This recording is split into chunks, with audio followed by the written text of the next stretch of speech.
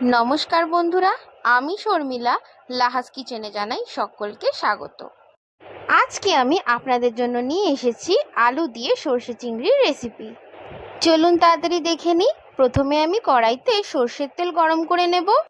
এরপর দিয়ে দেব আগে থেকে ডুমো ডুমো করে কাটা আলুর টুকরোগুলো আর একটু ভাজা ভাজা হতে দেব। আলুটা হালকা ভাজা ভাজা হয়ে গেলে ওই সময় দিয়ে দেব আগে থেকে নুন হলুদ মাখিয়ে রাখা চিংড়ি মাছগুলো।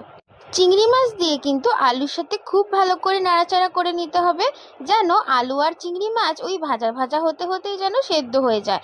এরপর দিয়ে দেবো 1 চামচ পরিমাণে নুন দিয়েও কিন্তু আমি হালকা নাড়াচাড়া করে নেব। আর দিয়ে দেবো 2টো কাঁচা লঙ্কা মাঝখান থেকে চিড়ে।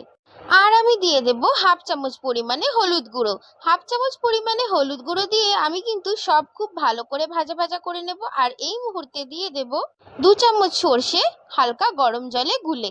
আমি গরম জলে সর্ষে গুলে নিয়েছি, যার কারণে কিন্তু কোনো তিতো ভাব আসবে না। আর উপর থেকে ছড়িয়ে দেব ধনেপাতা কুচি। এইভাবে সর্ষের জলটা পুরো টেনে এলেই রেডি কিন্তু আমাদের আলু দিয়ে সর্ষে চিংড়ি। দেখুন কত ডিলিশিয়াস দেখতে হয়েছে আজকের এই রান্নাটা।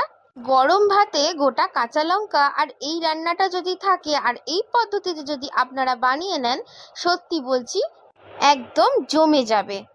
এইরকমই আরও নতুন নতুন ভিডিও দেখার জন্য অবশ্যই কিন্তু চলে যেতে হবে ইউটিউবে আর সার্চ করে নিতে হবে লাহাস কিচেন চ্যানেলকে। সার্চ করে সাবস্ক্রাইব করে নিতে হবে লাহাস কিচেন চ্যানেলকে। আর হয়ে যেতে হবে ছোট্ট পরিবারের সদস্য। আজকের আমার এই আলু দিয়ে সর্ষে চিংড়ির রেসিপিটা ভালো লাগলে অবশ্যই কিন্তু ভিডিওটা একটা লাইক করে দেবেন আর কমেন্ট শেয়ার করতে কিন্তু ভুলবেন না। দেখা হচ্ছে আরেকটি নতুন ভিডিও নিয়ে। সবাই কিন্তু খুব ভালো থাকবেন, সুস্থ থাকবেন। আজকে এইটুকুই, টাটা।